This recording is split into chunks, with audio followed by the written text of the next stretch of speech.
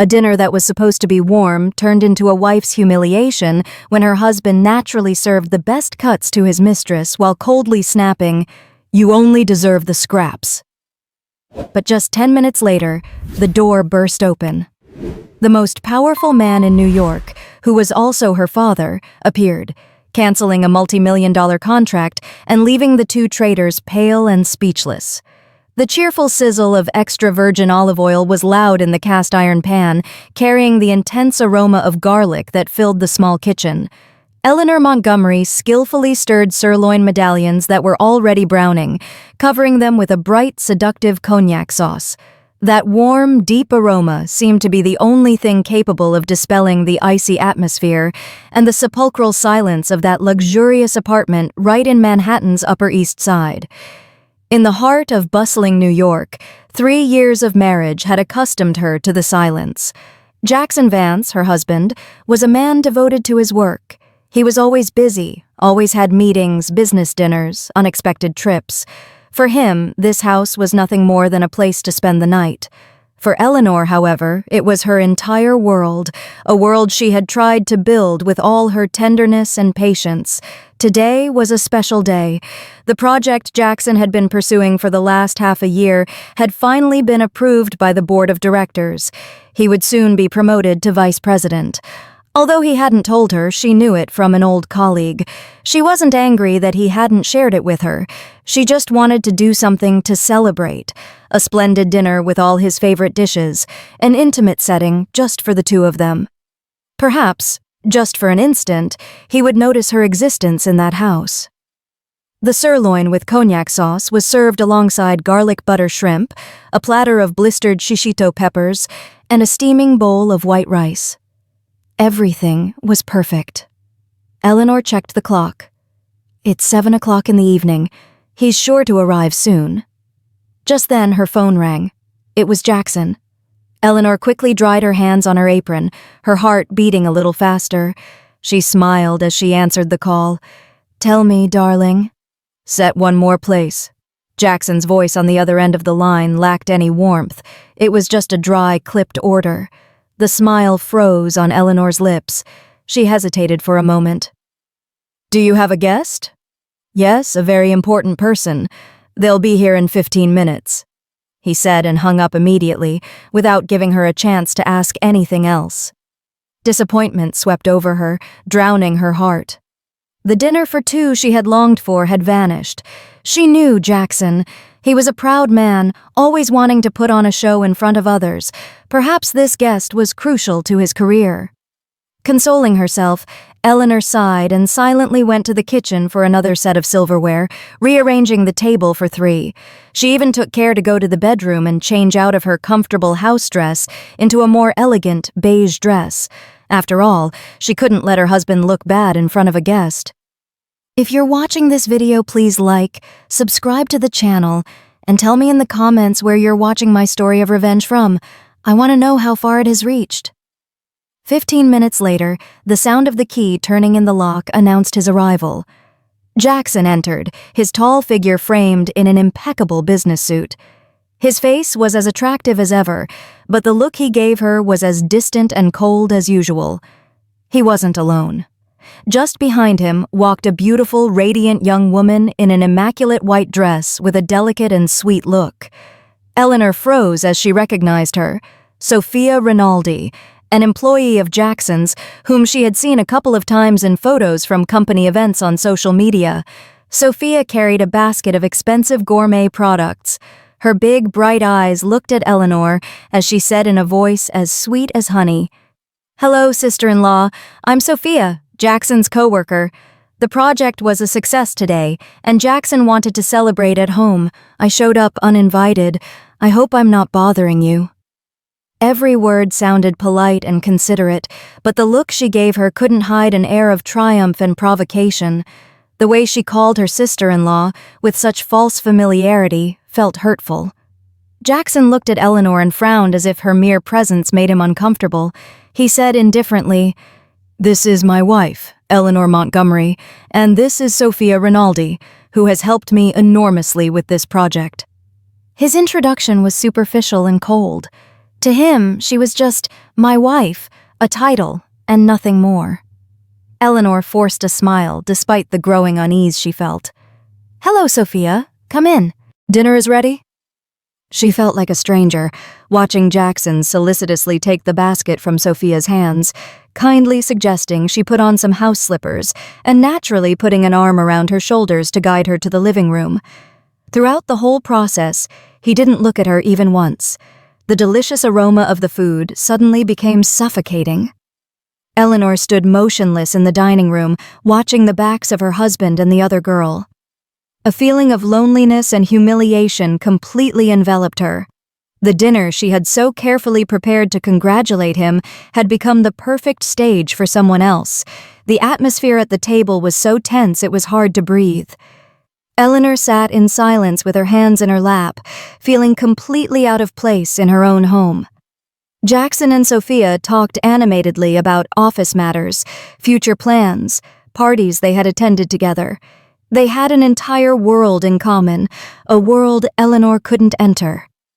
Every now and then, Sophia let out a giggle, leaning toward Jackson suggestively, and he responded with a look of affection that Eleanor had never received in their 3 years of marriage. Eleanor lowered her head and stared at the bowl of white rice in front of her. She felt a bitter knot in her throat. She had thought that if she was patient enough, if she sacrificed enough, Jackson's iron heart would one day melt for her. But she had been wrong. His heart wasn't made of iron. It just wasn't for her. "Wow, sirloin with cognac sauce. That smells so good," exclaimed Sophia, her bright eyes fixed on the appetizing dish in the center of the table. "Jackson, isn't this your favorite dish?" Jackson smiled slightly, a smile Eleanor rarely saw. "You like it too. Try your sister-in-law's cooking." Saying this, he picked up the serving utensils and placed the largest, juiciest sirloin medallion on Sophia's plate. That gesture was like a needle piercing Eleanor's heart. The sirloin was her favorite dish. Jackson knew it. When they first started dating, he had told her himself that he loved seeing her happy face while eating it. But how long had it been since he served her food? Sophia elegantly cut a small piece, tasted it, and exclaimed, "It's delicious. Your sister-in-law is a wonderful cook. I didn't realize she was so good in the kitchen." Her compliment sounded condescending, as if a wife cooking well was something extraordinary. Jackson gave a half smile. Without looking at Eleanor, he said to Sophia, "She spends all day at home. What else is she going to do? Eat more." And with that, he served her another medallion, and then another. All the best portions, the most tender, ended up on Sophia's plate. The platter quickly emptied, leaving only a few small pieces and the edges.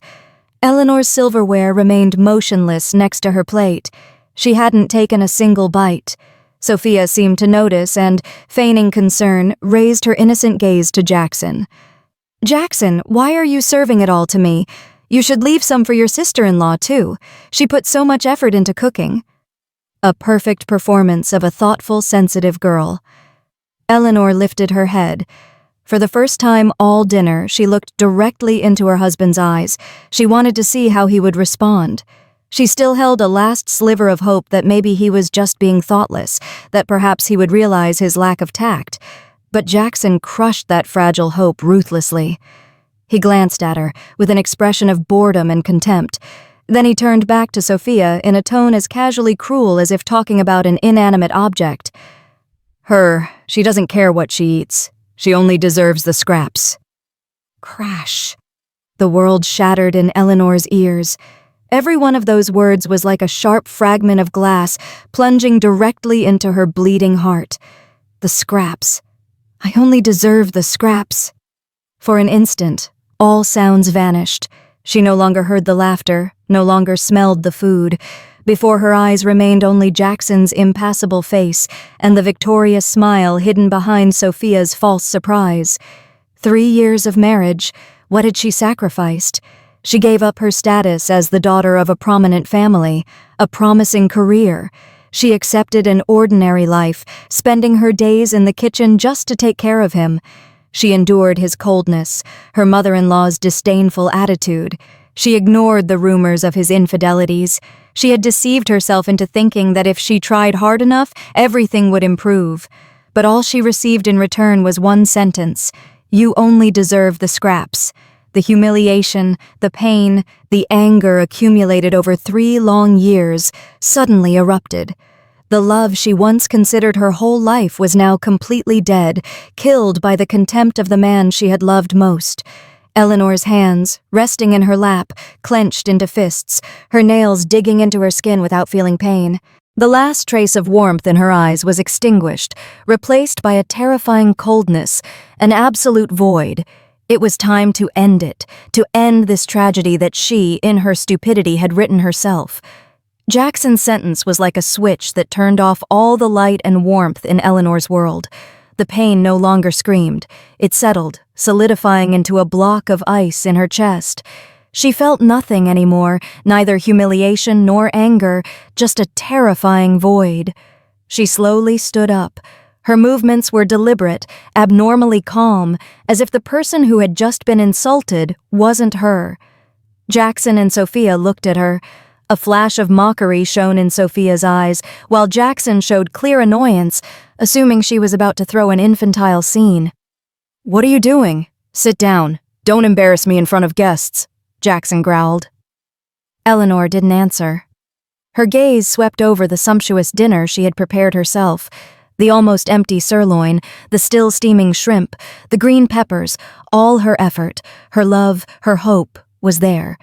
A banquet of stupidity. And then she acted. Without warning, Eleanor lifted a leg and, with all the strength of her desperation, delivered a brutal kick to the edge of the table. Boom! Crash! The heavy wooden table flipped over. Plates, glasses, and food flew out, scattering across the shiny marble floor. Hot sauce splattered everywhere. Chunks of meat and vegetables created a dirty, chaotic mess. The deafening sound of porcelain smashing echoed in the room, shattering the false silence. Jackson and Sophia, stunned, screamed and quickly backed away to avoid the fragments. They couldn't believe what they were seeing. The woman, always docile and submissive, who didn't even dare to raise her voice, had committed such a demented act. "You're crazy!"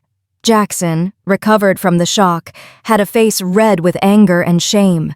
For his wife to humiliate him like this in front of his mistress was an intolerable affront to his male pride. He lunged toward her with his hand raised, aiming directly at Eleanor's face. "Eleanor Montgomery, do you dare? Today I will teach you manners." But that slap never landed. Just as Jackson's hand was about to connect with her cheek, Eleanor coldly raised her cell phone. She showed no fear. She didn't flinch. Her eyes locked on his with an icy, strange gaze, as if looking at a stranger. That look stopped Jackson dead in his tracks.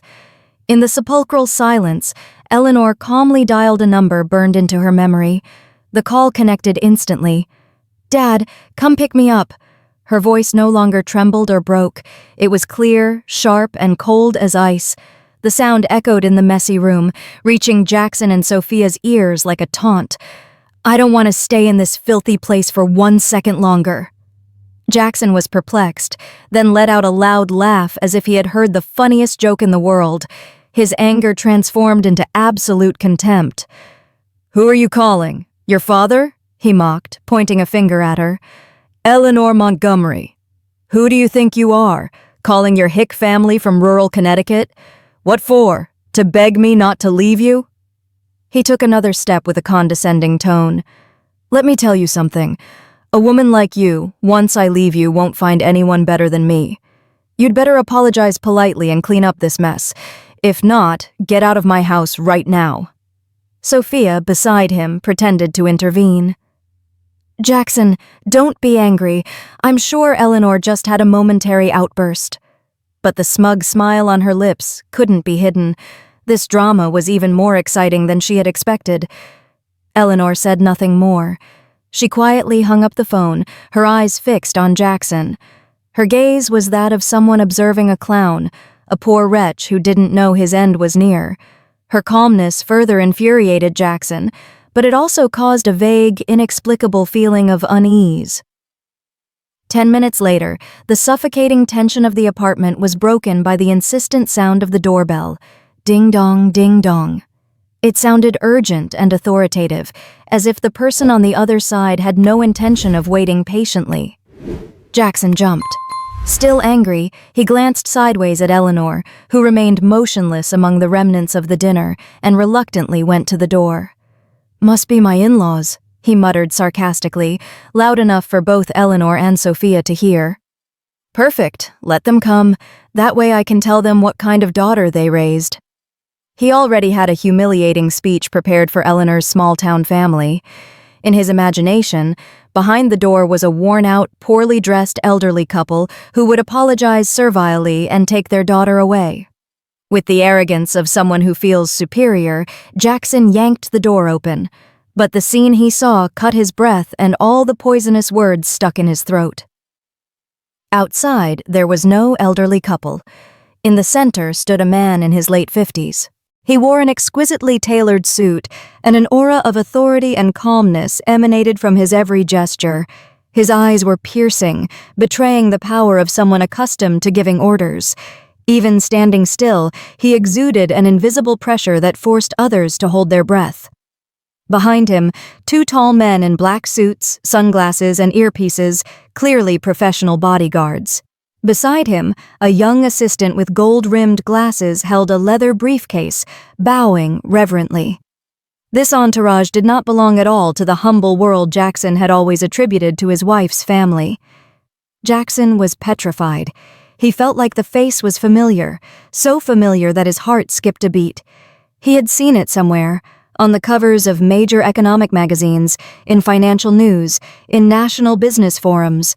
His brain worked at full speed, and then a name emerged, making him tremble from head to toe. Richard Montgomery, CEO of the Titan Group, a true shark in the American business world, a legendary figure whom people like Jackson could only admire from afar, not daring to dream of approaching him. Jackson felt his blood run cold in his veins. His throat was dry, unable to utter a word. He stammered, Mr. Montgomery? Who are you looking for?" Richard Montgomery didn't even look at him. His imposing gaze passed over Jackson and went into the apartment. When he saw his daughter standing there, her eyes empty, and the dinner destroyed on the floor, the coldness in his eyes seemed to freeze the air. "Eleanor." His voice became grave, filled with pain and indignation. Only then did Eleanor move. She walked through the porcelain fragments toward her father. Jackson instinctively stepped back to let her pass. Richard Montgomery took off his suit jacket and placed it over his daughter's shoulders, covering her desolate appearance. Only then did his gaze, sharp as a razor blade, turn to pierce Jackson, who was still paralyzed with a face pale as paper. "Jackson Vance," Richard Montgomery said, pronouncing each syllable with clarity, firmness, and weight. "Vice President of Projects at Innovatech, correct?" Yes, sir," Jackson replied, trembling. "That collaboration project with the Titan Group that you're so proud of, the one that earned you the promotion to vice president?" Richard Montgomery paused, and his half-smile was a portent of destruction.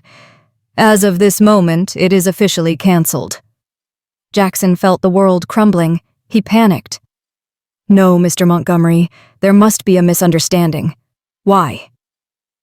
Richard Montgomery didn't give him a chance to finish. His gaze slid toward Sophia, who was hiding terrified behind Jackson, and then returned to the mess on the floor. "And let your company prepare for bankruptcy." It wasn't a threat. It was a sentence. The sentence from Richard Montgomery fell like a hammer on Jackson's head, leaving him stunned and staggering. Bankruptcy, over a dinner, over a sentence. He couldn't understand it or dare to believe it. Eleanor Montgomery, the wife he had always looked down on, the one he believed came from a humble family. How could she be Richard Montgomery's daughter? Everything was absurd, like a nightmare. Eleanor, wrapped in her father's jacket, feeling its warmth, still had a frozen heart. She didn't look back at Jackson. For her, that man and their 3 years of marriage had died the instant he uttered that cruel sentence. "Let's go home, sweetheart," Richard Montgomery said tenderly. Then he turned to his assistant and ordered in a tone that allowed no retort. "Assistant, Take care of the rest. I don't want my daughter to have any further connection to this place." "Yes, President," the assistant replied, bowing respectfully. Eleanor nodded silently and followed her father toward the door. She walked with her back straight, not looking back even once. She crossed the threshold, leaving behind the house that was once her home. 3 years of wasted youth and the man who had trampled on her love. That door was now the boundary between hell and a new life. A luxurious black Rolls-Royce waited silently and imposing at the entrance to the building. A bodyguard opened the door, and Eleanor settled into the soft leather seat. The door closed, isolating her from the noisy outside world and also from her humiliating past. Only when the car began to move, driving away from the apartment complex that had imprisoned her for 3 years, could Eleanor no longer hold back. The fortitude and coldness she had tried to maintain shattered. She rested her head on her father's shoulder, the most powerful man in New York, and cried inconsolably like a child. Her crying was full of rage, humiliation, and pain. She wept for her dead love, for her blind sacrifice, for her own stupidity. Richard Montgomery hugged his daughter tightly, his heart aching. He felt like a failed father. To respect his daughter's desire for a pure, disinterested love, he had agreed to let her hide her identity and marry a mediocre man. He thought that as long as his daughter was happy, he could accept anything, but he had been wrong. His indulgence had pushed her into hell. "It's my fault. It's all my fault," he murmured, stroking her back, his voice broken with pain. "I shouldn't have let you suffer alone for so long." Eleanor shook her head between sobs. She didn't blame her father. The choice had been hers. The stupidity had been hers. "I truly wonder if you were in my place, what would you do? Would you choose to be quiet to maintain peace, or would you dare to face everything to reclaim your voice? I want to know your opinion, because every story is like a candle that can light the way for someone else." Meanwhile, in the apartment, Jackson and Sophia remained paralyzed amidst the chaos.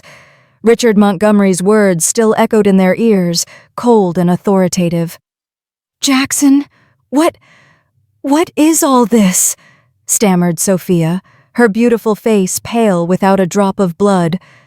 "Eleanor, how can she be President Montgomery's daughter?" Jackson didn't answer. He stared blankly, his mind a void. He remembered the times Eleanor had told him she wanted to visit her family, and he had always refused, saying her town in rural Connecticut was far away and a bother. He remembered the times his mother had criticized her for not being from their social class, and he had silently agreed. He remembered Eleanor's calm expression when he boasted about being about to sign the contract with the Titan Group. Suddenly, everything made an ironic and devastating sense. Jackson Vance had always believed he was brilliant, that marrying a humble woman was a favor he was doing her.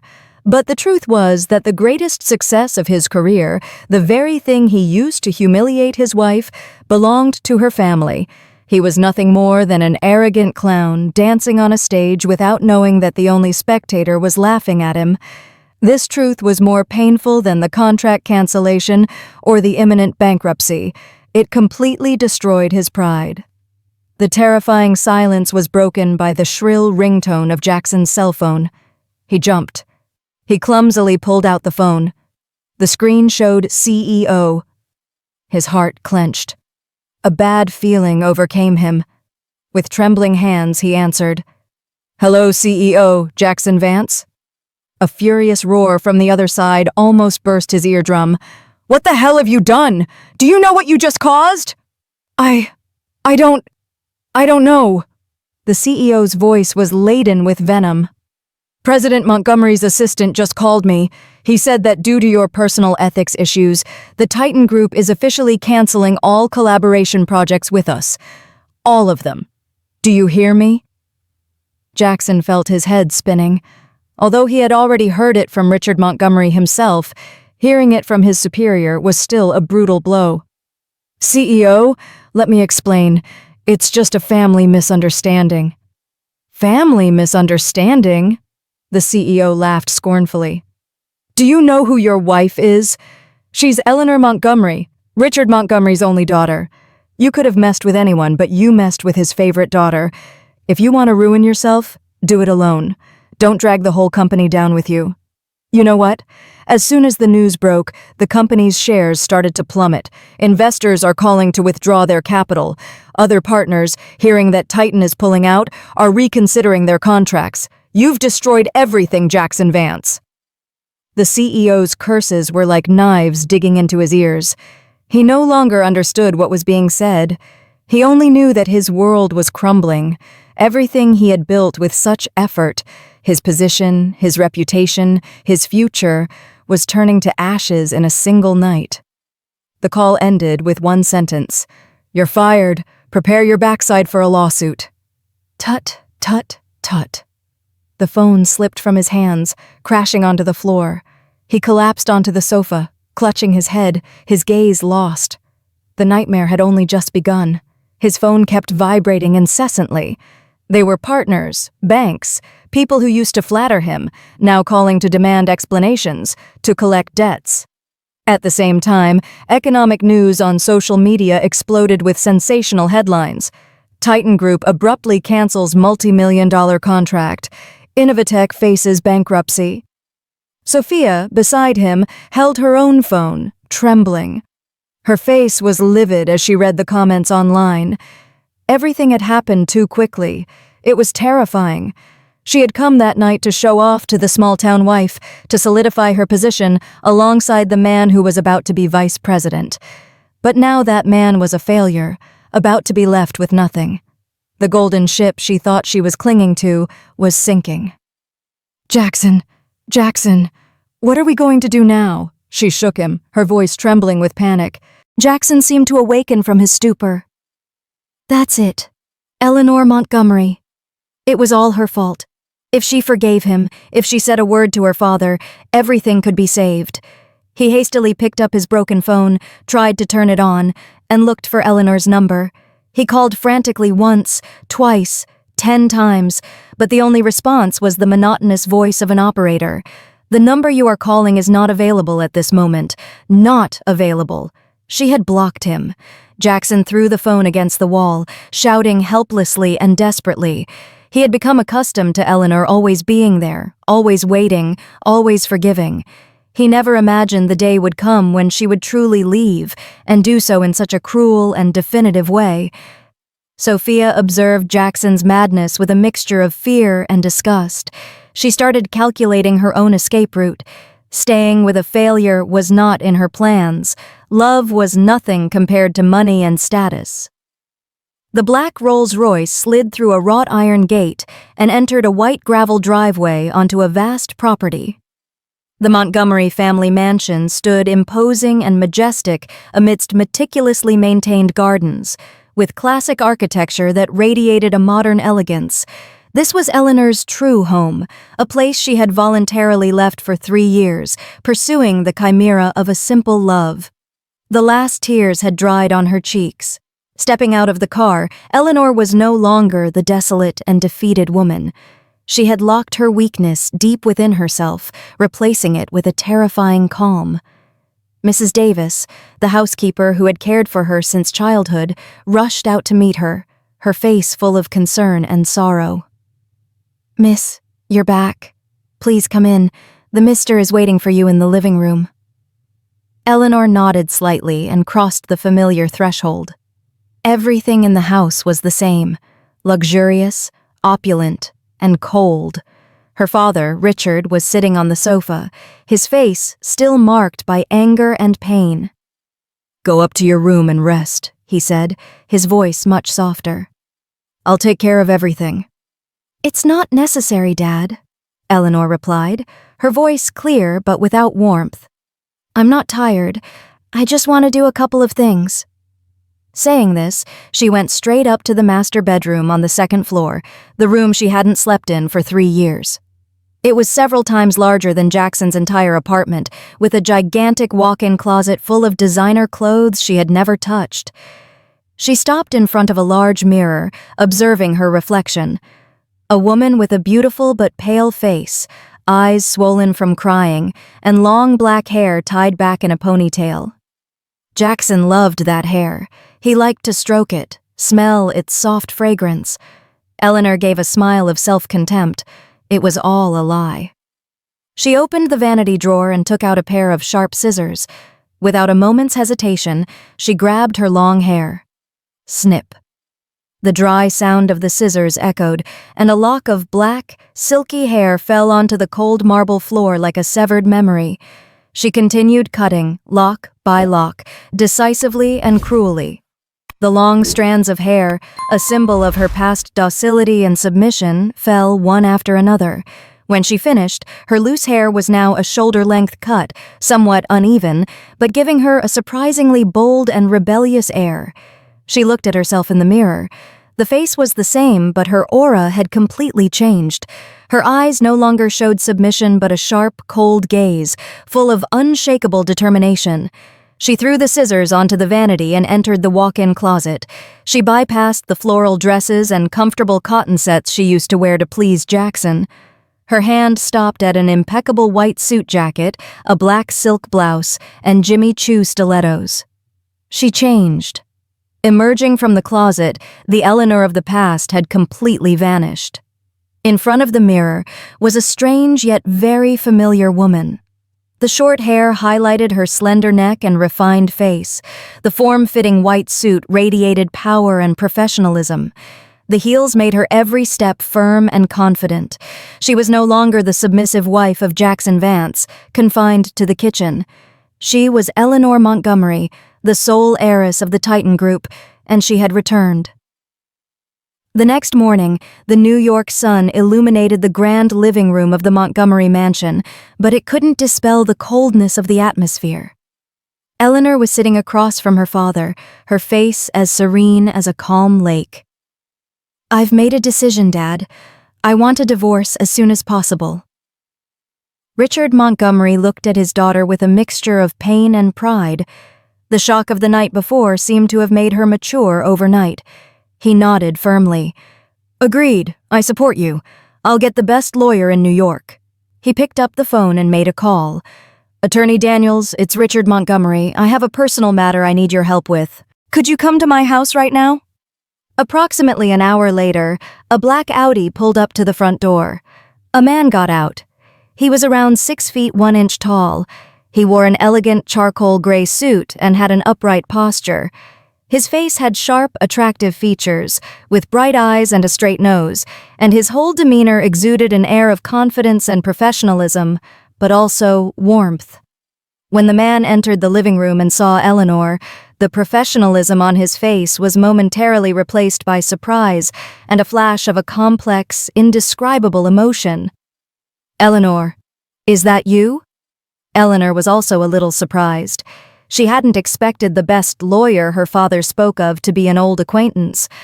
Daniel Daniels, long time no see?" Daniel Daniels, the most prestigious lawyer in New York, specializing in complex commercial and civil litigation. He was also her college classmate. He had been a prominent figure in their time, not only for his brilliant academic record, but also for his physical attractiveness and affable nature. He was also the man who had confessed his feelings to her the night before graduation, but by then, Eleanor's heart already completely belonged to Jackson Vance. Richard Montgomery looked at them with some surprise. "Do you two know each other?" Daniel quickly regained his professional composure, greeted Richard with a nod, and then turned to Eleanor. "Yes, Mr. Montgomery. Eleanor and I were college classmates." His eyes lingered on her short hair, and then noticed the fatigue hidden beneath light makeup. A bad feeling ran through him. "Please sit down," Richard said. "I called you about a matter concerning my daughter." After hearing the brief summary of the facts, Daniel's usually kind face hardened. His eyes flashed with anger upon hearing the phrase, "She only deserves the scraps."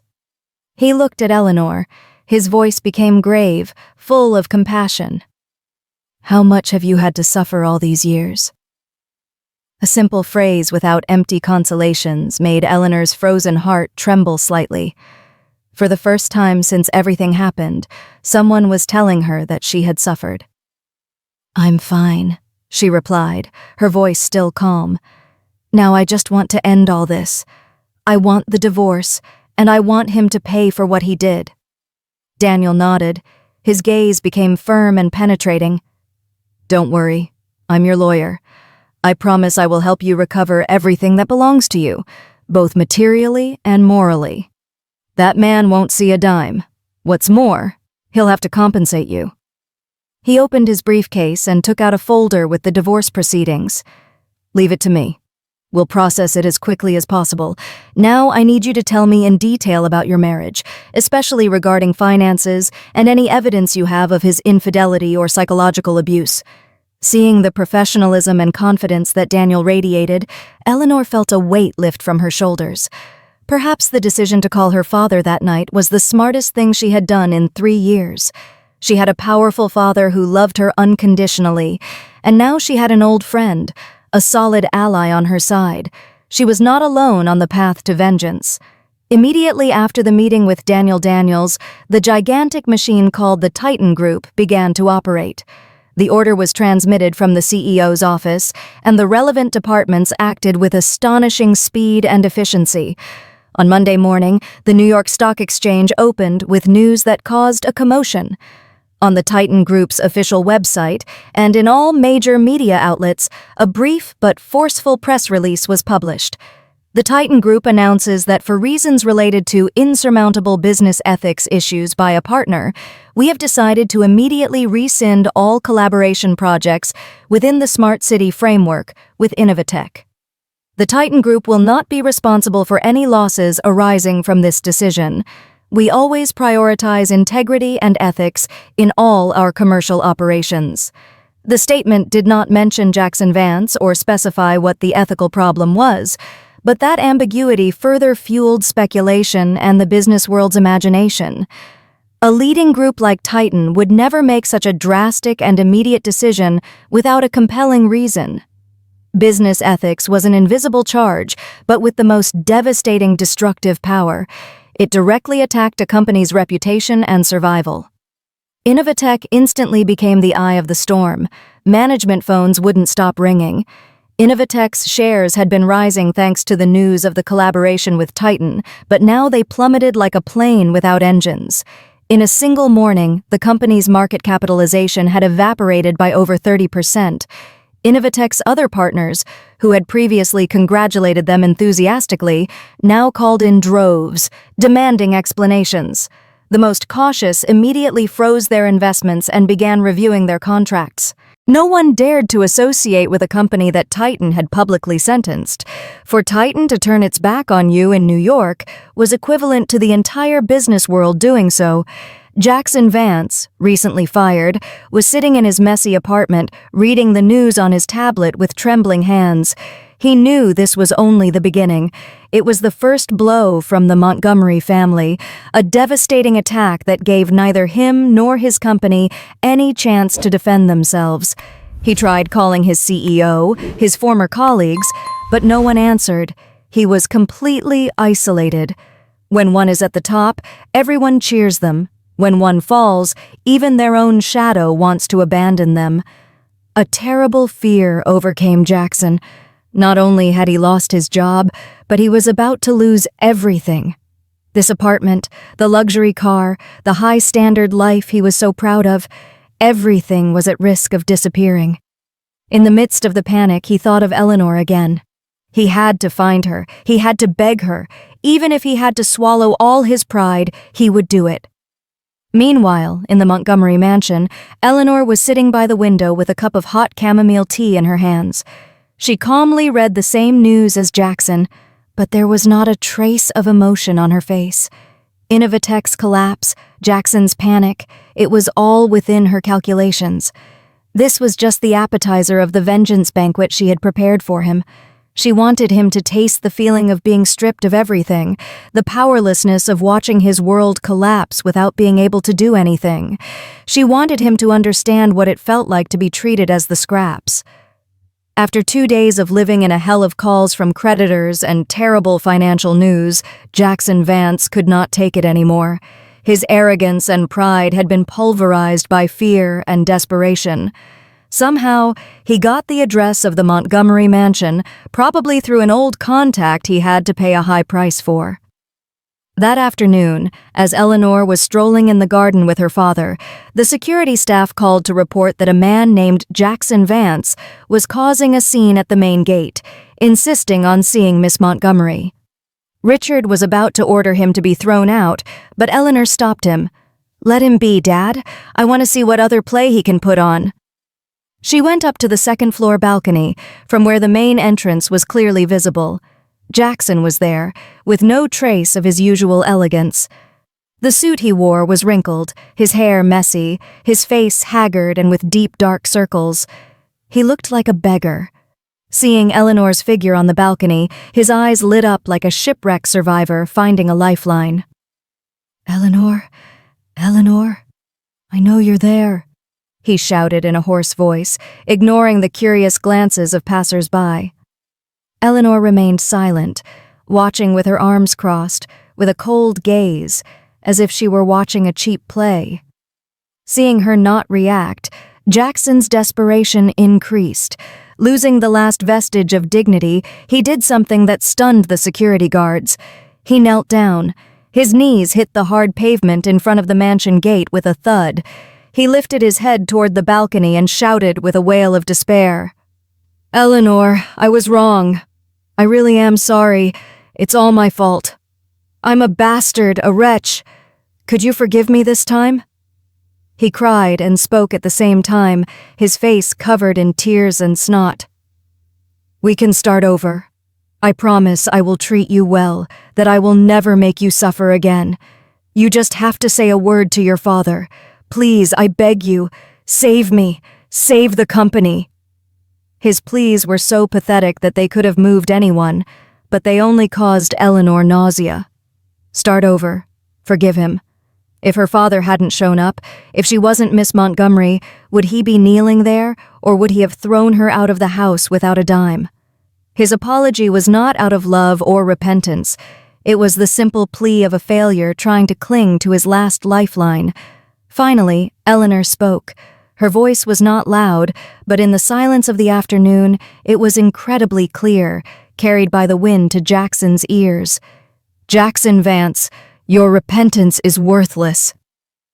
Jackson froze, lifting his tear-filled eyes toward her. Eleanor gave a cold, mocking smile. "Do you remember that same night during dinner? What did you say to me?" She paused, as if to give him time to recall the humiliation he had inflicted. "You said you only deserve the scraps." She pronounced each word with clarity, her voice like an ice blade digging deep into Jackson's pride. "The day you said that sentence, Jackson, what we had ended, you no longer have the right to ask for my forgiveness." After saying this, without devoting another second to him, she turned around coldly, went inside, and closed the curtains, leaving Jackson kneeling under the setting sun, submerged in absolute despair and humiliation. His apology had come too late. The news of Jackson Vance kneeling and begging outside the Montgomery mansion was a small piece of gossip quickly eclipsed by the financial hurricane engulfing Innovatech. But for Sophia Rinaldi, it was the death sentence for all her dreams. Jackson no longer had any value. The golden ship she thought she was clinging to had not only sunk, but had dragged her reputation with it. After that fateful night, she was also abruptly fired from Innovatech with the excuse of damaging the company's image. Jackson's promises of promotions and a bright future were now a bad joke. Seized by panic and frustration, Sophia decided to play her last card. If she couldn't have what she wanted, she would destroy the one who had taken everything from her. Unable to contact traditional media, she turned to a blogger specializing in gossip and sensational social media news. Crying inconsolably, she invented a tragic and heartbreaking love story. In it, Sophia was an innocent and pure girl who had fallen in love with her boss, Jackson. Their love was clean and sincere, but it was sabotaged by Eleanor Montgomery, a jealous and controlling wife. "She didn't love Jackson," Sophia sobbed in a video-recorded interview, her face made up to look pale and vulnerable. "She just wanted to control him. When she discovered our feelings, she ran to ask her father, President Montgomery, for help, and used his money and power to trample on our love, leading Jackson and the entire company to ruin. How can such an evil woman be happy? The post went viral at breakneck speed. The story of the rich girl who abuses her power to destroy a true love is always an attractive topic that easily arouses the anger of the online community. Many, without knowing the truth, rushed to criticize Eleanor Montgomery, calling her a harpy, a viper, and a rich brat. They defended the weak Sophia, considering her a victim in a power struggle. Sophia watched the supporting comments with an air of triumph. She believed that even if she couldn't save her career, she could at least drag Eleanor into the mud with her, staining Miss Montgomery's reputation. But she had underestimated the Montgomery family and overestimated herself. When the wave of public opinion was at its peak, Daniel Daniels' law firm issued an official statement on behalf of Eleanor. They didn't bother with long explanations. They simply announced that they would file a lawsuit against Sophia Rinaldi and against those who spread false rumors for the crimes of defamation and slander. Immediately after, a series of irrefutable proofs were leaked, not from an anonymous source, but from Innovatech's internal emails and testimonies from former employees. First, an audio file from a meeting where a colleague named Michael presented an innovative marketing idea.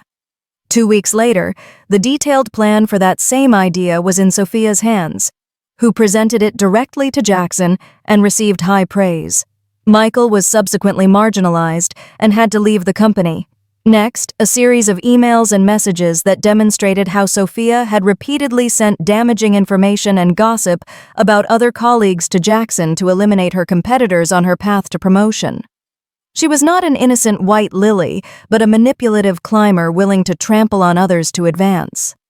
The final and most lethal proof was a brief security camera video from the company hallway showing Sophia and Jackson kissing passionately just after business hours, at a time when, according to her version, their relationship was purely platonic. The online community did a 180-degree turn instantly. Their indignation turned completely against Sophia. The criticisms and insults were 100 times worse than those they had dedicated to Eleanor. Her true face was exposed, from a pitiful victim to a calculating social climber, a shameless mistress. Her name quickly became a trending topic. Her former company, Innovatech, although dying, had to issue another statement confirming the veracity of the evidence and condemning her behavior. Sophia was officially repudiated by all of New York, fired, rejected by her friends. No company dared to hire her. From an ambitious and attractive office worker, she fell to the bottom of society, receiving the end she deserved. Once the media storm over Sophia Rinaldi subsided, Eleanor did not allow herself to gloat over that small victory. She knew that the best revenge was not sinking others, but shining brighter.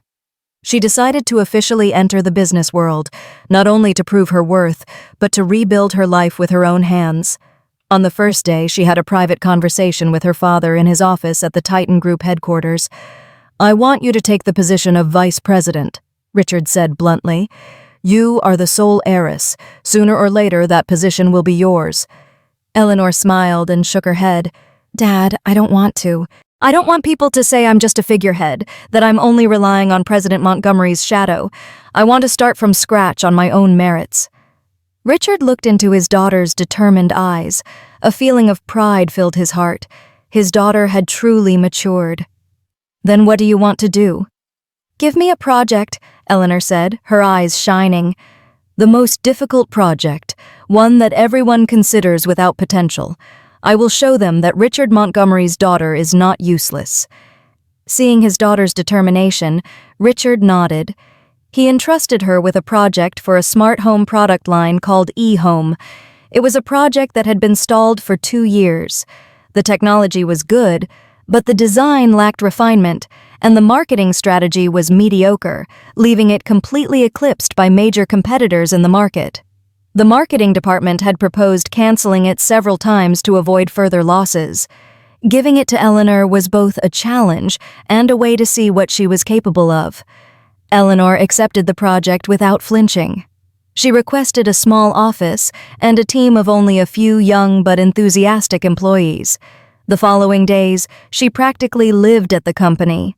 She didn't give orders like a privileged young woman, but rolled up her sleeves and worked side by side with her team. She read all the project documents, from technical designs to dense market research reports. She personally went to the factory to understand the production process, talking to every engineer. She organized in-depth interviews with customers to understand why they weren't choosing eHome. After 2 weeks of incessant work, Eleanor found the main problem. eHome focused too much on technology and forgot the human factor. It was complicated, cold, and failed to achieve an emotional connection with the user. She called a meeting with the entire senior management of the group, including her father. When she, a newcomer, presented herself before those industry veterans, many skeptical glances fell upon her. But when Eleanor began her presentation, all the skepticism vanished. "Gentlemen," she said with a firm, confident voice, "we don't sell technology, we sell a home. eHome was wrong to position itself as a high-tech product. We must position it as an attentive butler, a companion for every family." She presented a completely new marketing plan. Instead of advertising complex features, she proposed a campaign of short videos telling emotional stories about how eHome helped families. A young mother to have more time to play with her child, an elderly couple to feel safer, a single and busy person to feel less lonely. She also proposed a complete redesign of the product, using warm materials like wood and fabric and neutral colors to create a feeling of friendliness and closeness. Her plan was detailed, logical, and full of emotion. It demonstrated not only a keen business vision, but also a deep understanding of consumer psychology. When she finished, the boardroom fell silent. Then, a vice president, the strictest and most conservative of them all, began to applaud. Soon, the entire room erupted in an ovation. Richard Montgomery, sitting at the head of the table, watched his daughter shine. His eyes were full of infinite pride. He knew that a new star was being born in the business landscape of New York. Eleanor Montgomery had shown that she did not need the title of President's daughter to exist. The name Eleanor Montgomery was enough to shine on its own. While Eleanor was building her own empire step by step, Jackson Vance's world was collapsing at an unstoppable speed. The divorce trial was fast and discreet, without media attention, but for Jackson, it was a public execution. He entered the courtroom with his spirits crushed. His lawyer, a public defender because he could no longer afford a prestigious one, was completely overwhelmed by the professionalism and sharp arguments of Daniel Daniels. Daniel didn't need to say much. He simply presented irrefutable evidence to the judge. First, the bank statements detailing every expense Jackson had made on Sophia over the last year: luxury gifts, dinners at expensive restaurants, even the apartment rent. The total sum was astonishing, and it had all come from the couple's joint account, into which Eleanor regularly deposited money to help her husband, even though she didn't use it. Next, the transcript of the testimony of a psychologist who had treated Eleanor during the last 6 months of her marriage. The expert stated that Eleanor had suffered severe psychological abuse, being belittled and humiliated, which had caused her insomnia and an anxiety disorder. Jackson, sitting in the defendant's box, listened to every accusation, his face turning from red to pale white. He wanted to protest, to shout that it was slander, but faced with the conclusive evidence, his words were worthless. He was like a cornered beast, helplessly awaiting the final verdict. And the verdict arrived. The court granted the divorce to Eleanor Montgomery. Regarding the assets, given that Jackson was the guilty party in the marriage due to infidelity, and that most of the valuable assets, such as the apartment and the car, had been provided by the Montgomery family before the marriage, he received absolutely nothing. He had to vacate the apartment in 1 week. Worse still, the court ruled that Jackson had to compensate Eleanor with a considerable sum for the material damages, the money he had secretly spent on his mistress, and the moral damages he had caused her. Hearing the sentence, Jackson felt his strength drain away, and he collapsed in his chair. He was ruined, truly ruined. He had not only lost his wife, his career, and his honor, but he was now burdened with a huge debt. He left the courthouse like a ghost. At the same time, the news that Innovatech had officially filed for bankruptcy was made public. The company's collapse was an inevitable consequence after Titan broke the contract and its partners turned their backs on it. Hundreds of employees lost their jobs, and Jackson, once the company's rising star, was now considered the culprit of everything. The following days were the darkest of his life. The bank foreclosed on the apartment. The finance company repossessed his car. He had to move out of what he once proudly considered his home. With only a few clothes in an old suitcase, he had to sell all his luxury items, from watches to ties, to have some money to survive and pay a small part of the debt. From a prestigious vice president living in a luxury apartment and driving a high-end car, he became an unemployed homeless man drowned in debts. He wandered the streets of New York, the city that had once given him fame, and that now only offered him indifference and contempt. He had truly tasted the sensation of falling from heaven to hell, and this hell was one he had created himself. Tell me whether you have parents, grandparents, or older family members who deserve more respect than they currently receive from their families. Alternatively, tell me if you yourself are going through a situation in which you're not appreciated as much as you truly deserve. 3 months after the divorce, New York was preparing for the holiday season. The city's high society gathered at the annual Night of Stars charity gala, a prestigious event held at the city's most luxurious 5-star hotel. That night, Eleanor Montgomery was one of the centers of attention at the party. She appeared in a spectacular sapphire evening gown, with an elegant neckline that exposed her shoulders and slender collarbone. Her short hair was meticulously styled, and her face, sophisticatedly made up, enhanced her aura of confidence and power. By her side were her father, Richard Montgomery, and her elegant companion, Daniel Daniels. The trio's arrival attracted all eyes. Eleanor, with the resounding success of the eHome project, was no longer an unknown. She was known as a new and brilliant businesswoman, talented and beautiful. People surrounded her not because she was the President Montgomery's daughter, but for herself. She smiled, raised her wine glass, and conversed intelligently and charmingly with business partners. She had completely transformed into a true queen in her own world. In a dark corner of the sumptuous ballroom, where the light from the chandeliers didn't reach, a man in a cheap black waiter uniform silently wiped a wine stain from the floor. He was thinner and paler than before, his eyes sunken behind cheap black-framed glasses. No one would have recognized Jackson Vance in him. After months of unemployment and struggling, he had had to accept a temporary job as a waiter at this hotel to survive. And by a cruel irony, the first big event he had to work at was precisely the place he least wanted to step foot in.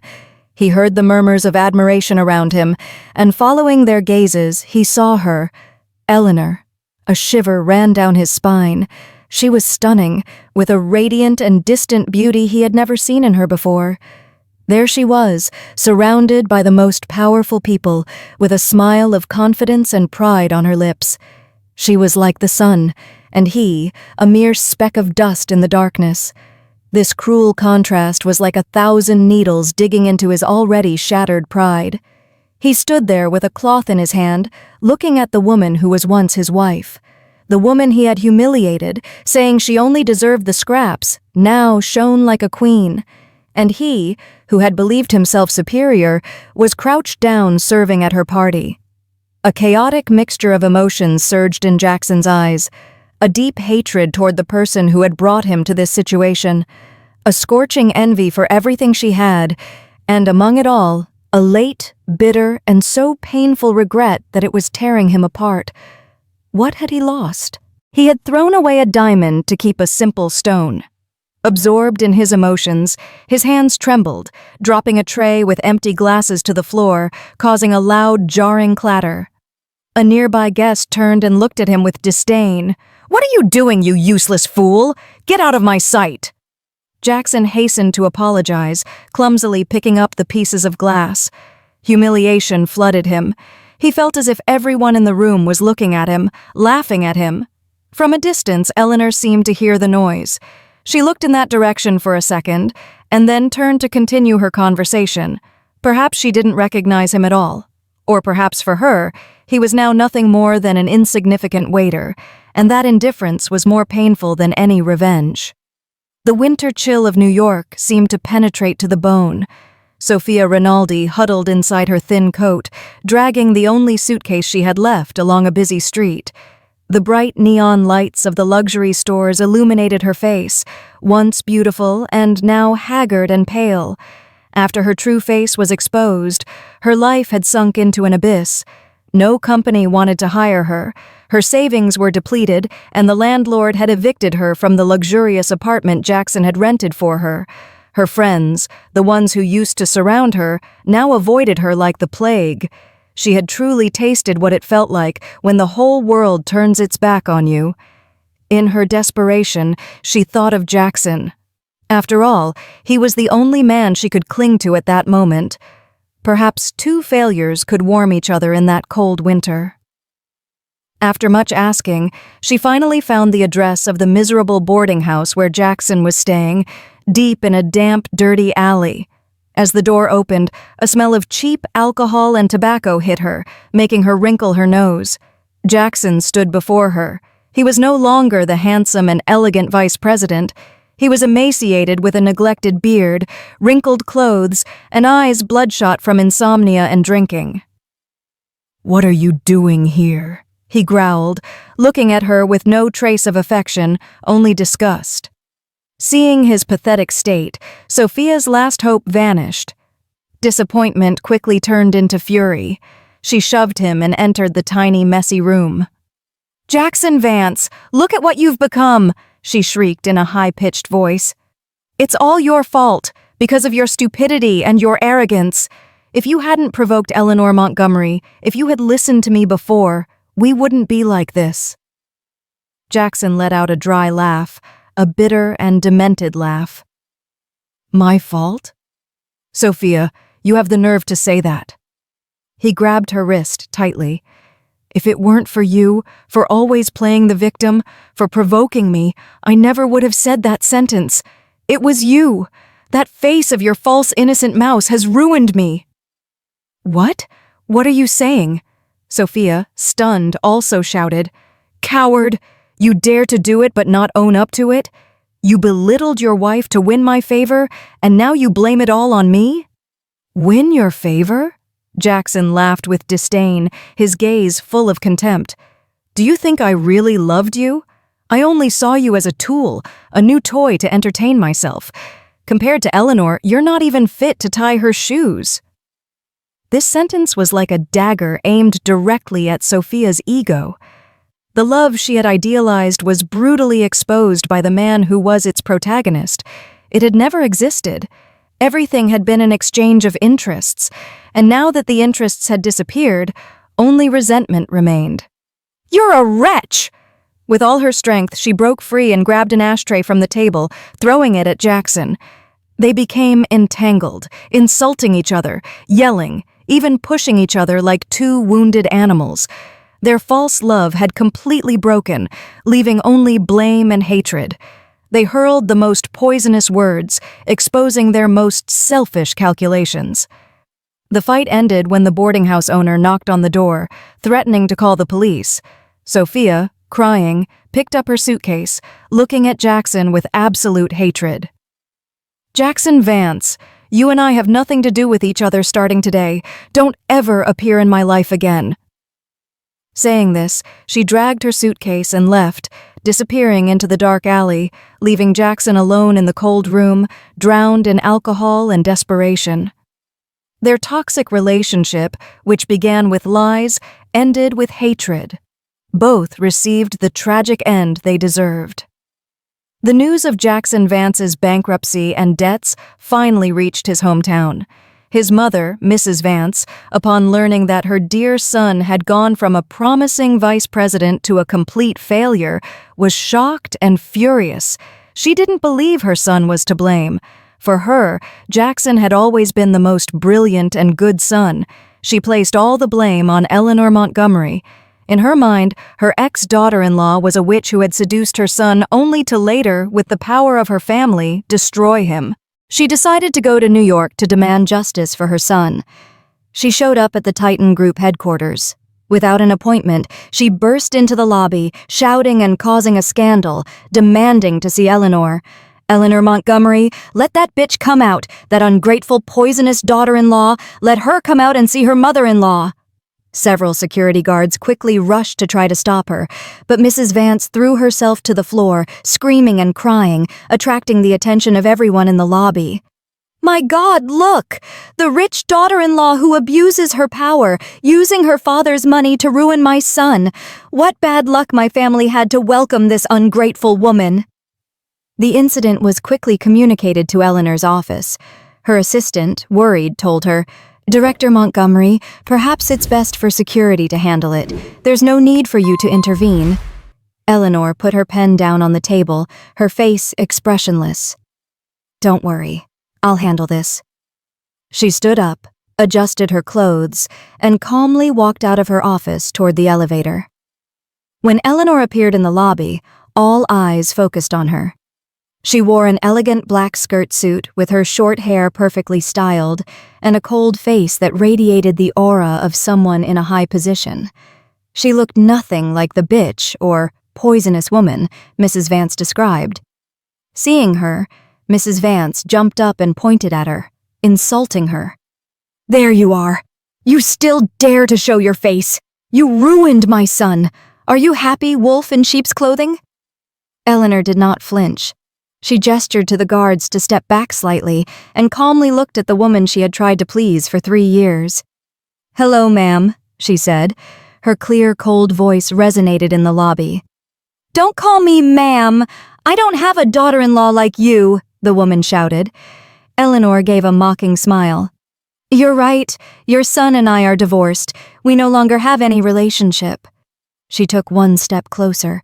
Her voice remained monotonous, but every word was like a needle to Mrs. Vance's heart. "Ma'am, remember that year when your son gave you money and you took it? And what did you tell me? You criticized me for my humble origins, for not being good enough for your family. You said I wasn't worthy of your son." Eleanor paused, looking directly into the woman's stunned eyes. "Well, your wish has now been granted. I, Eleanor Montgomery, am truly not worthy of Jackson Vance. We are no longer family, so please withdraw." The lobby fell into a sepulchral silence. Employees looked at their young director in amazement. Her words, without a single insult, had a greater attacking power than 1,000 curses. They struck directly at Mrs. Vance's greed and arrogance, leaving her speechless. She stood paralyzed, her face turning from red to pale with shame and anger. Eleanor said nothing more. She turned around coldly and gestured to the security team. "Escort the lady out." Saying this, she returned to the elevator, leaving behind the woman who was being escorted out of the building amidst total humiliation. Her relationship with that family had been cut off at the root, cleanly and definitively. Just when it seemed that all accounts were settled after the divorce and Jackson's bankruptcy, Eleanor Montgomery proved that she was not one to easily forgive those who had hurt her, especially when the damage was not only emotional. During the liquidation process of the final financial matters after the divorce, Daniel Daniels' legal team discovered an anomaly. Upon reviewing all the financial transactions of the 3 years of marriage, they noticed a large withdrawal of money from Eleanor's personal savings account, an account she had from before they were married. At the time, Jackson had sweetly convinced her that as a married couple, they should unify their finances so he could manage and invest them better. Eleanor, in her blind trust, had given him access to that account. She didn't know it was a trap. Following the money trail, Daniel discovered that Jackson hadn't used it to invest in the family estate. He had secretly transferred the entire amount, a considerable sum, to a secret brokerage account in his name. He had been planning to build a personal fund, an escape route for himself, for a long time, and he had done it with his own wife's money. This act was no longer a civil matter within the marriage. It constituted a crime of fraud and misappropriation. Daniel immediately informed Eleanor. This money was your separate property from before the marriage. He used deception to appropriate it. We can file a criminal complaint against him. Eleanor, sitting in Daniel's office, listened, and her eyes grew even colder. She thought she had already underestimated how low Jackson could stoop, but his viciousness exceeded her imagination. He had not only betrayed her emotionally, but had also defrauded her financially. "Go ahead then," she said without hesitation. "I want him to return everything that doesn't belong to him and to receive the punishment the law determines." She didn't need that money, but she couldn't allow a fraudster to get away with it. It was no longer a personal revenge, it was a matter of justice. The court summons reached Jackson while he was in his damp boarding house eating instant noodles. Seeing the paper with the charge of fraud and misappropriation, he felt as if he had been struck by lightning. He thought he had already hit rock bottom, but he didn't know that beneath hell was another hell. He still didn't know how to pay the divorce compensation debt, and now he was facing the possibility of going to jail. Fear and desperation overwhelmed him.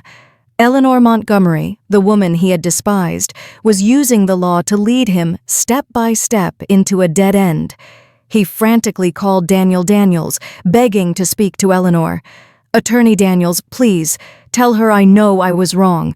I will return the money. I will work like a slave to pay her back. Just ask her to withdraw the complaint, not to let me go to jail." Daniel only responded coldly. "Mr. Vance, you should save those words for the judge. My client does not wish to hear them." The call ended. Jackson dropped the phone and collapsed onto the cold floor. He knew there was no escape this time. The debt he had incurred, both emotional and economic, had come time to be paid with his own freedom. While Jackson was sinking into the mire of the law and debts, Eleanor's career was taking off like a rocket. The eHome project, under her direction, was officially launched onto the market. The emotional marketing campaign she had designed created a real fever. The short videos about the eHome butler touched the hearts of millions of consumers, going viral on all social networks. People no longer saw eHome as a cold technological device, but as a solution for their lives, a comprehending companion. Orders poured in, exceeding the most optimistic forecasts. In the first quarter alone, eHome sales quadrupled, turning a project on the verge of cancellation into one of the Titan Group's new golden geese. The resounding success of eHome catapulted Eleanor Montgomery's name to a new level. The business world no longer looked at her with the curiosity reserved for a rich girl, but with the genuine respect for a talented leader with vision and extraordinary acumen. At the Titan Group's year-end meeting, Eleanor confidently took the podium to present the achievements of the eHome project. She analyzed the figures with clarity, outlining the development strategy for the next phase with logic and conviction. The projector light illuminated her face, giving her an aura of confidence and power. When she finished, the large boardroom erupted in incessant applause. At that moment, Richard Montgomery, as the group's CEO, stood up to speak, his face overflowing with infinite pride. "Distinguished board members," he said, his grave voice resonating, "the figures we have just seen speak for themselves. Project Director Eleanor Montgomery has not only saved a project, she has created a miracle, opening a new direction for our group in the smart home sector." He paused, looking at his daughter and then the audience. "With these exceptional results and the strategic vision she has demonstrated, I, as CEO, officially propose Eleanor Montgomery for the position of Chief Marketing Officer of the Titan Group." As soon as he finished speaking, the room once again erupted in applause. This time, no one had any doubt. Their acclamation was completely sincere. They were not applauding the CEO's daughter, they were applauding a leader who deserved it. Eleanor stepped forward and received a bouquet of flowers from her father. She thanked everyone for their trust and took the microphone. "Thank you for the trust of the CEO and the entire board," she said with a firm, confident voice. "I accept this position. I promise to do my best, along with all of you, to take the Titan brand higher and higher. The flashes of the journalists present didn't stop firing. That day, the image of Eleanor Montgomery, the new CMO of Titan, appeared on the front page of all major economic newspapers. She had built her own status with her talent and effort. The past was behind her. Now, a bright future lay ahead, where she was the queen of her own life. Her new position brought Eleanor not only power, but also new relationships. In the business world, a young, beautiful, talented, and single director like her quickly became a coveted target. Many showed her their admiration, but no one dared to openly court her, perhaps for fear of Richard Montgomery's huge shadow, until Matthew Solar appeared. Matthew was the CEO of an emerging technology company specializing in artificial intelligence. He was a year younger than Eleanor, a Silicon Valley repatriate who brought with him confidence, enthusiasm, and a brilliant mind. His company became a strategic partner for the second generation of Titan's e-home project. From their first meeting in the boardroom, Matthew did not hide his interest in Eleanor. He looked at her not only with the respect of a partner, but with the admiration of a man for a woman. He didn't use trite compliments, but conquered with his intellect. In meetings, he was always the first to understand and support Eleanor's bold ideas, even taking them a step further. His courtship was civilized and subtle. He used work as an excuse to invite her to lunch, but always chose restaurants with a romantic atmosphere. He sent her the latest books on technology, but always with a handwritten card with witty words.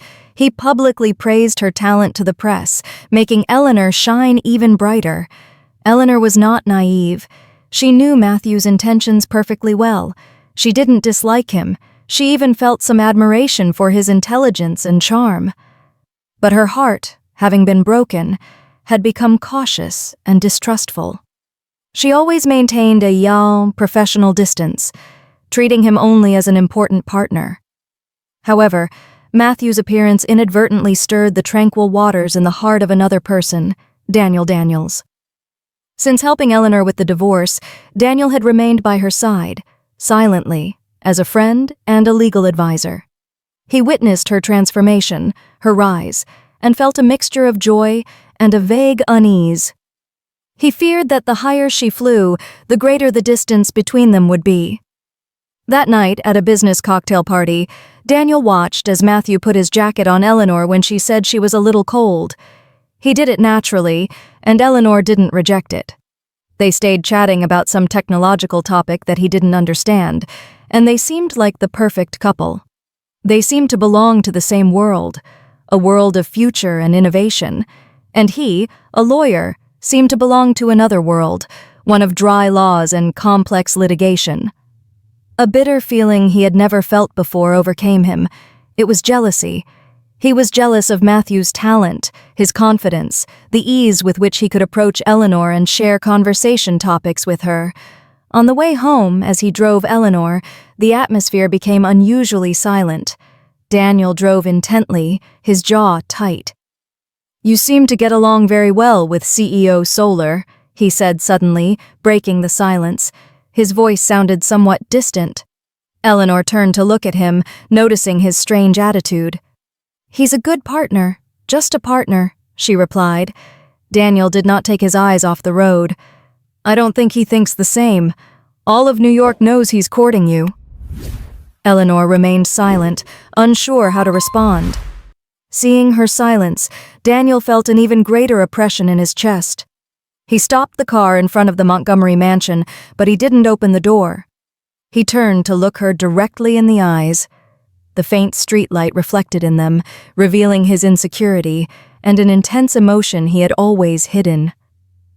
"Eleanor," he said her name, his voice grave and hoarse. "I don't like the way he looks at you." It wasn't an accusation or advice. It was a confession, a clumsy but sincere confession from a jealous man. It crossed the line of friendship, carrying with it a concern and a hint of possessiveness. Eleanor froze. Her heart, which had been frozen, suddenly skipped a beat. She looked deep into his eyes, and for the first time, she realized that Daniel's feelings for her were not merely those of an old friend. While Eleanor's life was opening a new chapter full of color, Jackson Vance's was sinking into the darkest strata of society. The New York sky was a leaden gray. At a construction site on the outskirts, the noise of drills, hammers, and shouts mixed in a chaotic and deafening symphony. Jackson, wearing a dirty yellow safety helmet, carried heavy bags of cement from a truck to a warehouse. Each bag weighed a ton on his aching, calloused shoulders. Sweat ran down in streams, mixing with the cement dust and forming gray streaks on his haggard, sun-weathered face. His hands, which once signed multi-million-dollar contracts, were now rough and covered in bleeding scratches. He had been at this job for almost 2 months. After being rejected by all companies in the sector and chased by the bank for the compensation debt, he had no choice but to accept the hardest manual labor to earn a few coins and survive. He didn't dare to use his real name. He worked under a false one. At lunchtime, Jackson sat in a dusty corner of the construction site and received his cheap lunchbox: white rice, a few cooked vegetables, and a piece of omelet. He ate eagerly, not caring about the taste. Hunger and tiredness overwhelmed everything. As he ate, he looked up and saw a giant LED screen on a building across the street. They were airing the noon economic news, and then her image appeared. Eleanor Montgomery. She wore an elegant cream suit jacket with her short hair perfectly styled and a face that radiated confidence. She was on the stage of an international technology forum, speaking fluently in English about eHome's development strategy. The stage lights illuminated her, making her look like a radiant goddess. The headline at the bottom of the screen read, "Eleanor Montgomery, Titan Director, the new star of the European technology sector." Crack. The plastic chopsticks in Jackson's hand snapped in two. He stared fixedly at the screen, his eyes bloodshot. The food in his lunchbox suddenly tasted bitter. The cruel contrast was like a razor blade on his shattered pride. She was in heaven, he was in hell. She was acclaimed by the world. He was an anonymous laborer. Everything she had now, career, fame, wealth, he could have had a part of. If only he hadn't said that sentence that day. Remorse gnawed at him, but it was quickly replaced by an even stronger emotion: hatred. He didn't hate himself for his stupidity. He hated her. He believed she had been too cruel, that she had cornered him to this point. He couldn't accept it. He couldn't stand living in the mud while the woman he had trampled on was at the peak of fame. He clenched his fists, his nails digging into his palms until they bled. No, he couldn't go on like this. Even if he had to die, he would drag her down with him. A crazy, malevolent idea began to brew in his mind, clouded by hatred. He would get revenge at any cost. The fire of hatred consumed the last vestige of Jackson Vance's reason. He quit his construction job and used the little money he had left to set his demented plan of revenge in motion. He knew that with his current means, directly confronting the Montgomery family was like hitting a rock with an egg. The only way was to find an ally, someone who shared his same enemy. The enemy of my enemy is my friend, and the Titan Group's biggest enemy in the market at that time was Omnia Corp. Omnia was a veteran technology conglomerate, but in recent years it had shown signs of stagnation, being surpassed by Titan in several sectors. In particular, eHome's success had dealt a severe blow to its smart home product line, causing it to lose a significant market share. Jackson bet that Omnia was furious and looking for any way to bring down Titan. Through an old contact from his time at Innovatech, Jackson managed to secretly contact a man named Morales, vice president of product development at Omnia. Morales was an ambitious man who would not hesitate to use any means to climb the ladder. They met at a small, discreet bar. Jackson, in the most decent clothes he had, laid out his plan. "Mr. Morales, I know Omnia is desperate for information about Titan's eHome 2 project," Jackson said directly, "and I am the one who can help you get it." Morales took a sip of his drink, narrowing his eyes with skepticism. "You, a bankrupt former executive, with what credentials are you telling me this?" Jackson smiled bitterly. "Precisely because I've lost everything. I have nothing left to lose. I know Eleanor Montgomery better than anyone. I know her way of working, even her habits. And most importantly, I have a contact inside Titan." He was lying. He had no contact, but he needed to appear valuable for Morales to trust him. His plan was to approach a former colleague from Innovatech, who now worked in Titan's marketing department under Eleanor's command. He planned to use a mixture of money and blackmail over past secrets to force him to leak the information. Morales was interested. If they obtained the development plans and technical data for eHome 2, Omnia could get ahead by launching a similar product to block Titan. The risk was enormous, but the benefits were even greater. "What do you want in return?" Morales asked. "A sum of money sufficient to start a new life elsewhere. And more importantly—" Jackson clenched his teeth, his eyes shining with resentment. "I want to see Eleanor Montgomery fail. I want to see her most beloved project destroyed. I want to see her fall from the top." After considering it, Morales nodded. "All right, I accept, but if you fail or try to double-cross me, you know the consequences will follow." A diabolical pact was sealed. Jackson received an advance from Morales.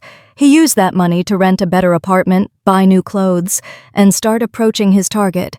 He felt a little of the power he had lost returning. The sensation of calculating, planning, and manipulating others excited him. He was convinced that this time he would be the winner. He would make Eleanor pay for everything. The former colleague Jackson targeted was named Carlos.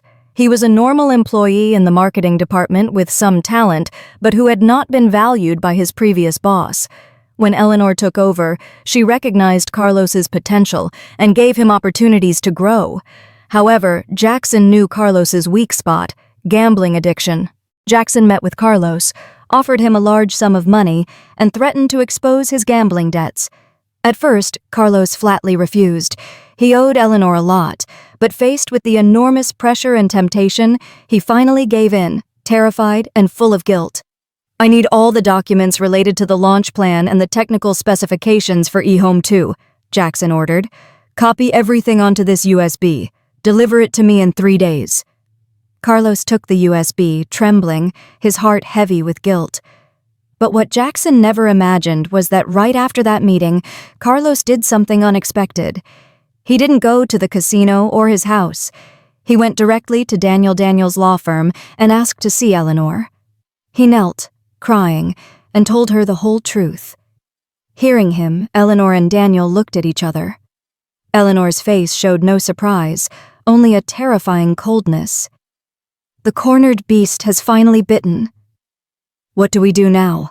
Daniel asked, although he already had a plan in mind. "Play his own game," Eleanor replied, her gaze sharp. "If he wants a trap, we'll give him the perfect trap."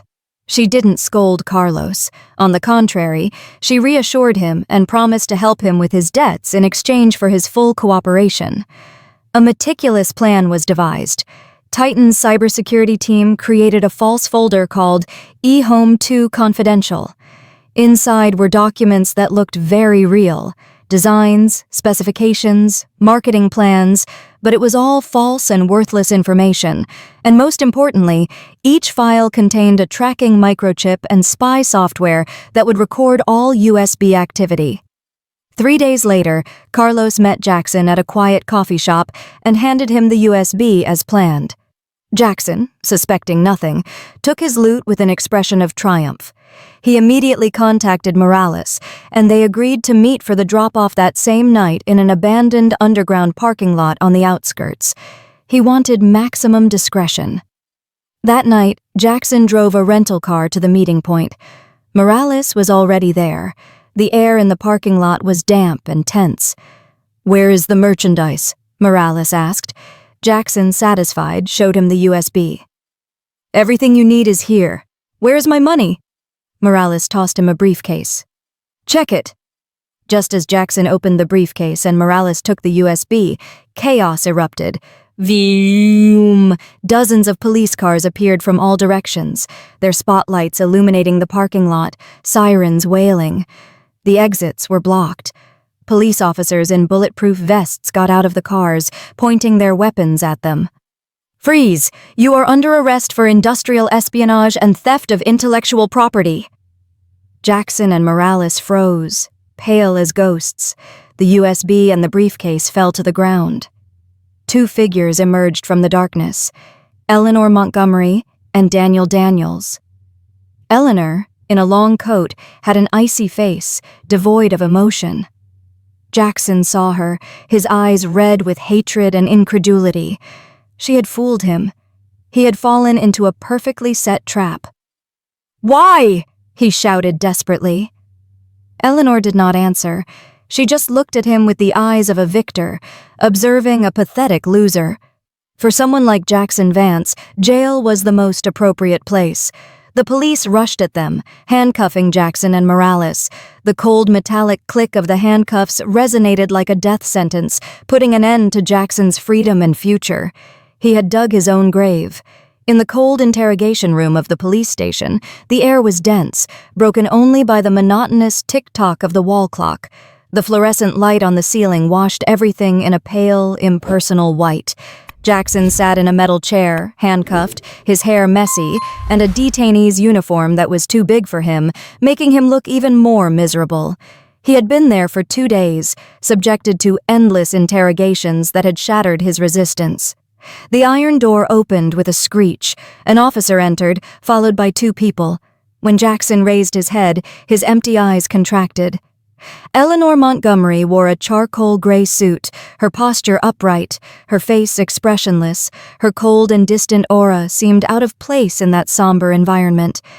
Beside her, Daniel Daniels stood a step behind, silent as a shadow, but his presence created an invisible and solid wall protecting her. "I got 10 minutes, Eleanor said, breaking the silence. "My lawyer told me you insisted on seeing me." Jackson stared at her. The desperation in his eyes was replaced by a demented hatred. He burst out laughing, a hoarse, bitter laugh. "Eleanor Montgomery, are you satisfied seeing me like this? Are you happy?" he growled, the sound of the handcuffs clanging. "Putting your ex-husband in jail. You truly are cruel. What is your heart made of? Stone?" he yelled, trying to break her calm with the most hurtful words. He wanted to see her suffer, see her tormented like him, but Eleanor did not flinch. She looked at him calmly, with a coldness she would reserve for a stranger. "Cruel?" she repeated in a monotonous voice. "Jackson Vance, do you have the right to speak to me about cruelty?" She moved a little closer to the interrogation table. The physical distance shortened, but the emotional one became infinite. "When you brought your mistress home and forced me to cook for you, did you think about cruelty? When you served her the best piece of meat in front of me, did you think about cruelty?" Each question was a needle piercing Jackson's pride. "And when you looked at me with contempt and told me that I only deserved the scraps?" She paused, looking directly into his eyes, pronouncing each syllable with the clarity of steel. "Where was your cruelty then?" Jackson was speechless. The images of that fateful scene returned to his mind with brutal clarity. He wanted to retort, but he couldn't. Seeing him silent, Eleanor continued, her voice unperturbed. "Everything you are suffering today is not because I am cruel. It is the price you have to pay. Pay for your betrayal, your humiliation, your greed, and your stupidity." "You're lying!" Jackson shouted, helpless like a wounded animal. "If you had any affection left, you wouldn't have pushed me to this extreme. After all, we were husband and wife." "Affection?" Eleanor gave an icy smile. "You killed it yourself, Jackson.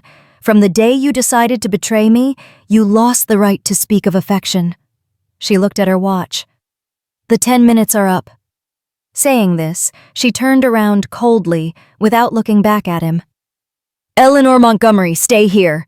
Jackson screamed frantically, trying to lunge at her, but the handcuffs stopped him. "You will regret this. I will never forgive you. I curse you. I curse you never to be happy."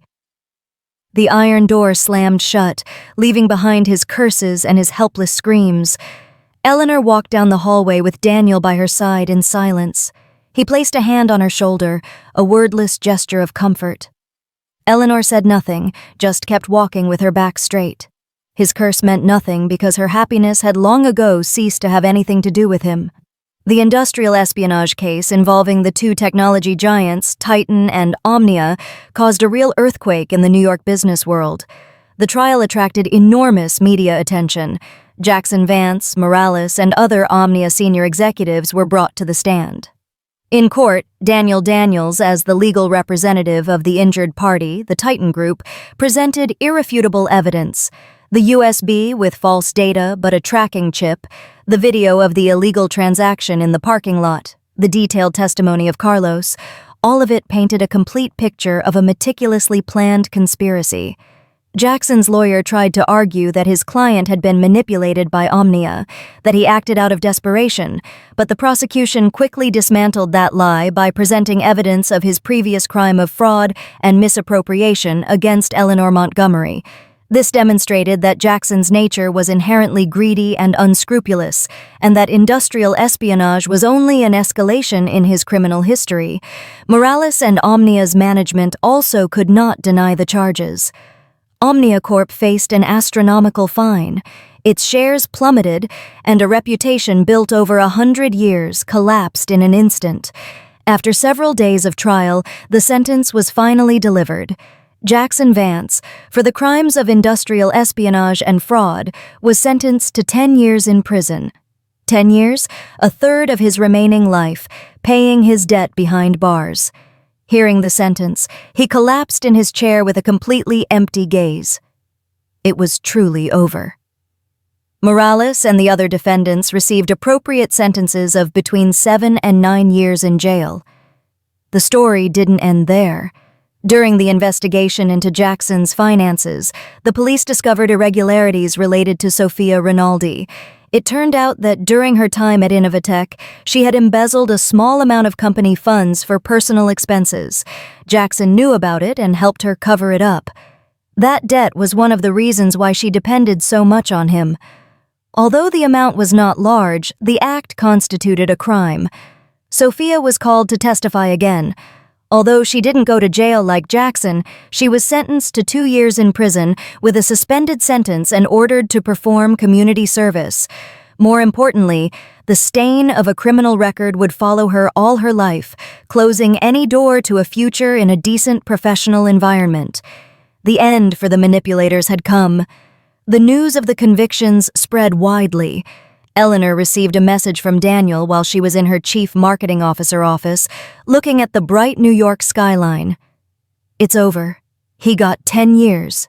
She read the message and did not respond immediately. She felt neither joy nor satisfaction, only an immense relief, as if a heavy slab she had been carrying on her chest for a long time had finally been removed. The storm that Jackson had unleashed in her life had finally passed. She took a deep breath, and the air in her lungs felt cleaner. The sky outside was blue and vast. Justice had been served. Now it was time to truly live for herself. The storm passed, leaving an unexpected calm. After months of tension and legal battles, once all the debts were settled by justice, Eleanor felt a strange emptiness. The fire of vengeance had been consumed, and in the ashes, she realized that the scars on her heart still hurt. The adrenaline had disappeared, leaving only deep physical and mental exhaustion. Richard Montgomery, with a father's sensitivity, noticed. He saw that his daughter, despite her success and strength, had a distant smile and a hidden sadness in her eyes. One evening, he entered her office in the mansion. "Eleanor, you've been working too hard lately. Take some time off from the company." "I'm fine, Dad," she replied, without looking up from the computer. "Listen to me," he insisted. "Let's go on a trip to rest. Just you and me. It's been a long time since we spent time together. Consider it my way of making it up to you." Seeing her father's affectionate and guilty look, Eleanor could not refuse. She nodded. 2 days later, they were in Carmel by the Sea, California, the jewel of the Pacific coast. They did not stay in noisy 5-star hotels, but in a quiet resort overlooking the Bay of Carmel. During those days, they didn't talk about work or sad things. They walked along the shore at dawn, watching the mist envelop the landscape. They enjoyed the local cuisine in the old town, explored Point Lobos, and drove along 17-mile drive to contemplate the panoramic view of the coast. In that atmosphere of peace and tranquility, her heart began to soften. One afternoon, while having coffee on a terrace, Richard sighed. "Seeing you now so strong but so alone, I regret it." Eleanor put down her cup and looked at her father. "That's in the past, Dad."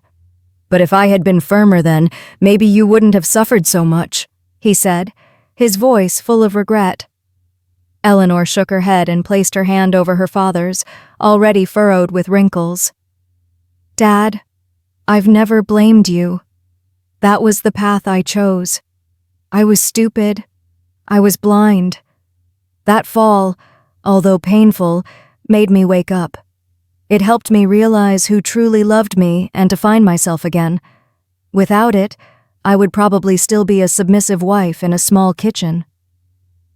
Hearing his daughter, Richard felt a great relief. He knew she had truly left the past behind. During the trip, Daniel Daniels didn't bother her. He only sent her short messages from time to time. "Everything okay there? Good weather?" One day, upon returning to her room, Eleanor found a small package. Inside was a soft emerald green silk scarf and a handwritten card. "They say the nights in Carmel are a bit chilly. Wrap up warm. Daniel." A simple gift, a caring note without pretense that made Eleanor's heart tremble. She realized that Daniel's affection was like a warm stream flowing silently, without noise, but with the power to heal her wounds. The last day in Carmel by the Sea, Eleanor was alone by the bay, watching the sunset tinge the water a brilliant orange. The wind caressed her short hair. For the first time in a long time, she smiled. A genuine, light, and serene smile. The past was behind her. Those who had to pay had already paid. She was ready to write a new chapter in her life. Eleanor Montgomery returned to New York with renewed energy. She was no longer just a powerful director, but a woman who had found inner peace. She immersed herself in work with even greater passion and creativity, leading the marketing department and the entire Titan Group to new achievements. But unlike before, now she knew how to find balance. She spent more time with her father, her hobbies, and her friends. Daniel Daniels noticed the change more than anyone. He saw her smile more, and her smiles were no longer distant and professional, but radiant and warm. He knew that the moment he had waited for had finally arrived. He didn't choose a luxury restaurant or an elaborate romantic setting. He simply invited her for a walk after dinner in Central Park. The New York night was as dazzling as ever, the lights of the skyscrapers reflected in the pond. They walked in silence. The park breeze was cool and pleasant. "Thank you for everything you've done for me," Eleanor said suddenly, breaking the silence. "Without you, I don't know if I could have overcome it with such strength." Daniel stopped and turned to look at her. Under the faint light of a lamppost, his eyes seemed even deeper and more sincere. "Helping you wasn't because you were a client, or just because we were old friends." Eleanor's heart began to beat faster. She waited in silence for him to continue. "Eleanor," he said her name, his voice grave and serious. "Do you remember the night before graduation? That day I told you I liked you." She nodded. How could she forget? All these years, that feeling has never changed. I followed you from a distance. I watched you get married. I watched you suffer. I felt very frustrated for not having the right to intervene. He took a deep breath. "Now you are free. You have found yourself again. I know it might be too soon, and your wounds may not be fully healed, but I don't want to wait any longer." He looked her directly in the eyes, a gaze full of tenderness, respect, and a little nervousness. "Eleanor Montgomery, will you give me a chance? Not as your lawyer or your friend. Give me the chance to take care of you, to love you, to build a new future with you, a future based on respect, trust, and true love." He didn't kneel. There was no ring or flowers, just a simple confession, but loaded with the weight of a decade of feelings. He didn't promise castles in the air, he just asked for a chance. Eleanor looked at him, the man who had always been there, her unconditional support in the darkest days. She thought about her painful past with Jackson, the betrayal, and the humiliation. Then she looked at Daniel's warm eyes and saw security and trust in them. She realized she was no longer afraid. She was ready to love again. A radiant smile, genuinely happy, blossomed on Eleanor's lips. A smile as beautiful as the sunrise after a long, dark night. She didn't say anything.